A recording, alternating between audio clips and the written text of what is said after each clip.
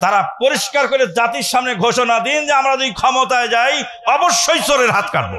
গণতন্ত্র দিয়ে ক্ষমতায় গেলে কি চোরের হাত কাটা যাবে তো নাকি? গণতন্ত্রের ক্ষমতায় গেলে কি জেনাকারকে রজম করা যাবে? যাবে না। কেন যাবে না? 5ই আগস্টের পরে দেশের প্রেক্ষাপট একটু ভালো কিছু আশা করা যাচ্ছিল, সে আশার গুড়ে বালি হলো এই এক শ্রেণীর এই রাজনৈতিক নেতৃবৃন্দের কারণে। নাপাক পানি দিয়ে যেমন অজু হয় না, প্রস্রাব দিয়ে পায়খানা ধুইলে যেমন পবিত্র হয় না, ঠিক কুফরি গণতন্ত্র দিয়ে ইসলাম হতে পারে না। অশান্তি সৃষ্টিকারী হলো গণতন্ত্র। গণতন্ত্র মানবতা ধ্বংসকারী। মানে আমার ভোট আমি দেব, যাকে খুশি তাকে দেব। আমার বউ যদি বলে আমার ভোট আমি দেব, যাকে খুশি তাকে দেব, তুই কে? তাহলে স্বামী স্ত্রীর লড়াইয়ের নাম কি? গণতন্ত্র। মাথা নত করার পক্ষে জাতীয় সংসদের সিংহভাগ মানুষ, আর মাথা নত করার বিপক্ষে অল্প কয়েকজন। তখন স্পিকার মহোদয় বলেন হ্যাঁ জয়যুক্ত হইয়াছে, হ্যাঁ জয়যুক্ত হইয়াছে, হ্যাঁ জয়যুক্ত হইয়াছে। আত্মাহারিক টিভি, ওহির আলোয় উদ্ভাসিত জীবনের জন্য। আজকে আমরা দেখতে পাচ্ছি যে আহলে হাদিস জামাতের ভিতরে, আহলে হাদিস সমাজের ভিতরে, অন্যান্যদের কথা বাদই দিলাম, যেই গণতন্ত্র হারাম, যেই গণতন্ত্র মানবতা ধ্বংসকারী। গণতন্ত্র কি? মানবতা ধ্বংসকারী, অশান্তি সৃষ্টিকারী। অশান্তি সৃষ্টিকারী হলো গণতন্ত্র। গণতন্ত্র মানবতা ধ্বংসকারী। মানে আমার ভোট আমি দেব, যাকে খুশি তাকে দেব। আমার বউ যদি বলে আমার ভোট আমি দেব, যাকে খুশি তাকে দেব, তুই কে? তাহলে স্বামী স্ত্রীর লড়াইয়ের নাম কি? গণতন্ত্র। স্বামী আর স্ত্রী লড়াই করবে আর বলবে যে আমার ভোট আমি দেব, যাকে খুশি তাকে দেব। তা আমার স্ত্রীর সাথে আমার মারামারি। আমার বেটা যদি বলে আমার ভোট আমি দেব, যাকে খুশি তাকে দেব, তুমি বাপ হয়েছো, বাপ হয়ে থাকো, তোমার এখানে কি কাজ? বিরাট জটিল ব্যাপার নয়? তাই তো আমাদের নিকটস্থ আত্মীয়ই বাপ আর বেটা দুইজন দুই দলে। শেষ পর্যায়ে বেটা বাপকে গুলি করলো। আল্লাহু আকবার। বেটা বাপকে গুলি করেছে। কেন? বেটা বলছে বাপকে যে এই কেন্দ্রে ভোটে আপনি যাবেন না, আপনি বাপ আছেন, আপনি সম্মান নিয়ে থাকেন। বাপ এক দলে আর বেটা আর এক দলে। ওই কেন্দ্রের ভোটগুলো সব আমি নেব। তখন বাপ ছেলেকে এক কষে থাপ্পড় মেরে দিয়েছে। বেটা তোকে আমি জন্ম দিলাম আর তুই আমাকে বলিস আমি ভোট কেন্দ্রে যাব না? পরে শুরু হলো বাপ বেটা মারামারি। বাপ বেটাকে গুলি করলো, সরি বেটা বাপকে গুলি করলো, কিন্তু সে গুলিতে মারা যায়নি, বেঁচে ছিলেন। আল্লাহ সবাইকে ক্ষমা করুন, আল্লাহ আমিন। তাহলে এই গণতন্ত্র যে একটা ভয়ানক জিনিস, এই জিনিসটা মানুষকে বুঝানো এত কঠিন যারা বুঝতেই চায় না। গণতন্ত্রের ভিতরে দুইটা কুফরি আছে। একটা কুফরি হলো জনগণ সার্বভৌম ক্ষমতার অধিকারী। আজকে সকালবেলা আমরা বলি ফাআলুল লিমা ইউরিদ। আল্লাহ সার্বভৌম ক্ষমতার অধিকারী, তিনি যা ইচ্ছা তাই করেন, যা ইচ্ছা তাই করতে পারেন। জনগণ সার্বভৌম ক্ষমতার অধিকারী, জনগণ সকল ক্ষমতার উৎস। আর 2 নম্বর হলো মেজরিটি মাস্ট বি গ্রান্টেড। যার লোক বেশি তারটা ঠিক, আর যার লোক কম তারটা বেঠিক। এখন এটা দিয়ে ইসলাম কায়েমের জন্য এক শ্রেণীর লোক চেষ্টা করছে, এটা দিয়ে ইসলাম কায়েম করবে।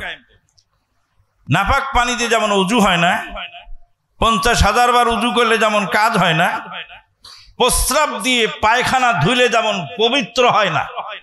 আপনার কাপড়ে পানি লেগেছে, পায়খানা লেগেছে, তা আপনি কি দিয়ে ধুইলেন? প্রস্রাব দিয়ে ধুইলে কি পবিত্র হবে? কি দিয়ে ধুইতে হবে? পানি দিয়ে ধুইতে হবে। ঠিক কুফরি গণতন্ত্র দিয়ে ইসলাম হতে পারে না। কিন্তু এই ক্ষমতার লোভে আজকে মানুষ পাগল পাড়া হয়ে গেছে। ক্ষমতার লোভে মানুষ নৈতিকতা হারিয়েছে, আদর্শিক জবাবদিহিতা হারিয়েছে। ক্ষমতা এমন একটা জিনিস যে ক্ষমতার লোভে মানুষ টিকে থাকতে পারে না হকের উপর।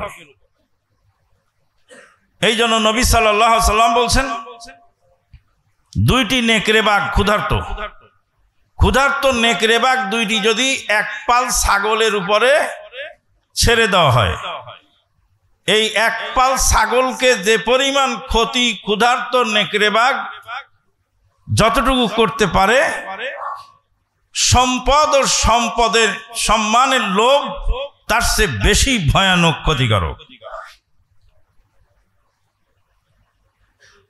সমস্যা জটিল, দেশের প্রেক্ষাপট অত্যন্ত কঠিন। আমরা বুঝতে পারছি না যে আমরা ভালোর দিকে যাচ্ছি না খারাপের দিকে যাচ্ছি। 5ই আগস্টের পরে আমি জুমার খুতবায় যে কথাটি বলেছিলাম যে আমরা ভালোর দিকে যাচ্ছি না খারাপের দিকে যাচ্ছি আমরা বলতে পারি না, কেন? আমরা গায়েবের খবর জানি না।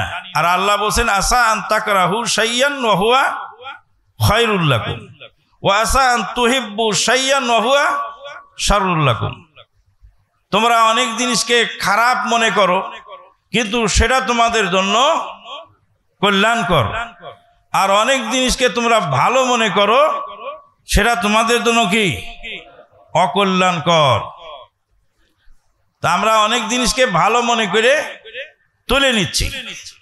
আল্লাহ পাক কোরআনে বলছেন, আউযু বিল্লাহি মিনাশ শাইতানির রাজিম, উলাইকাল্লাযীনা ইশতারাউয যালালাতা বিল হুদা ফামা রাবিহাত তিজারাতুহুম ওয়া মা কানু মুহতাদিন।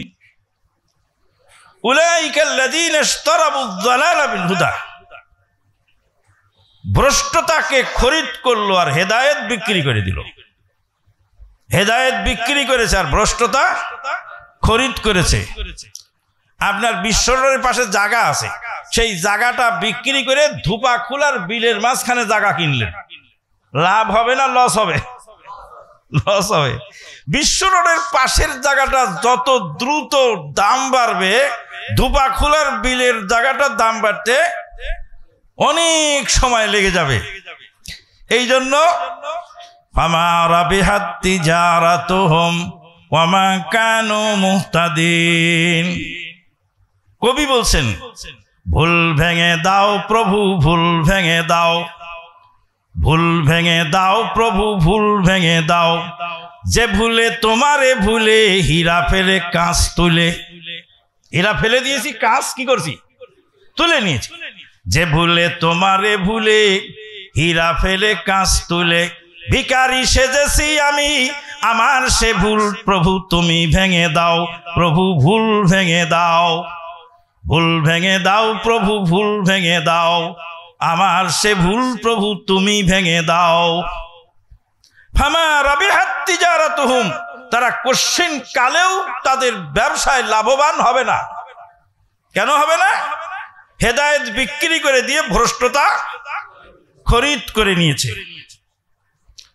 5ই আগস্টের পরে দেশের প্রেক্ষাপট একটু ভালো কিছু আশা করা যাচ্ছিল, সে আশার গুড়ে বালি হলো এই এক শ্রেণীর এই রাজনৈতিক নেতৃবৃন্দের কারণে।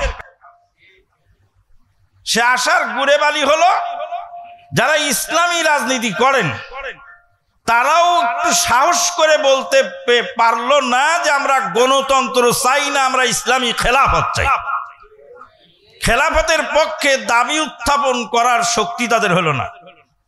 কালকে জুমার খুতবায় আমি বলেছি যে কোন রাজনৈতিক নেতা যারা ইসলামী নামে রাজনীতি করেন, তারা পরিষ্কার করে জাতির সামনে ঘোষণা দিন যে আমরা যদি ক্ষমতায় যাই অবশ্যই চোরের হাত কাটবো।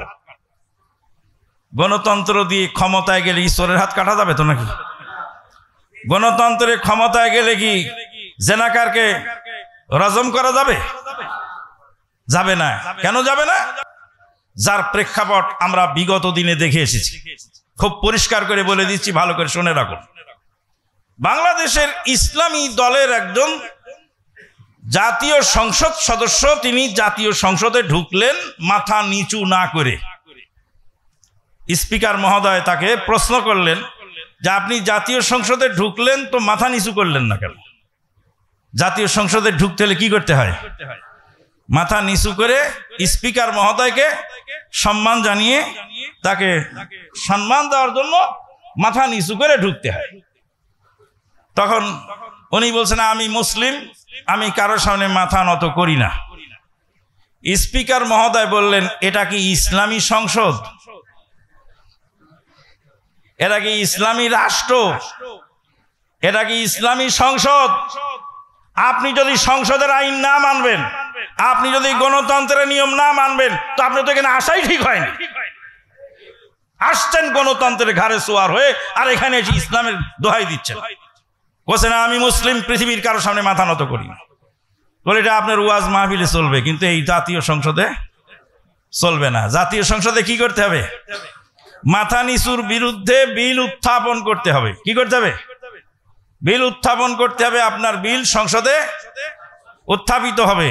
তখন জাতীয় সংসদের স্পিকার মহোদয় বলবেন যে এই বিল উত্থাপিত হলো, এর পক্ষে বিপক্ষে রায় দাও। এবার বিপক্ষে মাথা নত করার পক্ষে হাজার হাজার মানুষ, মানে জাতীয় সংসদের সিংহভাগ মানুষ, আর মাথা নত করার বিপক্ষে অল্প কয়েকজন। তখন স্পিকার মহোদয় বলেন, হ্যাঁ জয়যুক্ত হইয়াছে, হ্যাঁ জয়যুক্ত হইয়াছে, হ্যাঁ জয়যুক্ত হইয়াছে।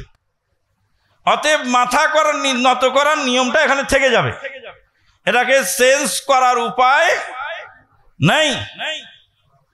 চোরের ভোট নিয়ে যদি আপনি সংসদে যান, তো আপনি চোরের হাত কাটবেন কি করে?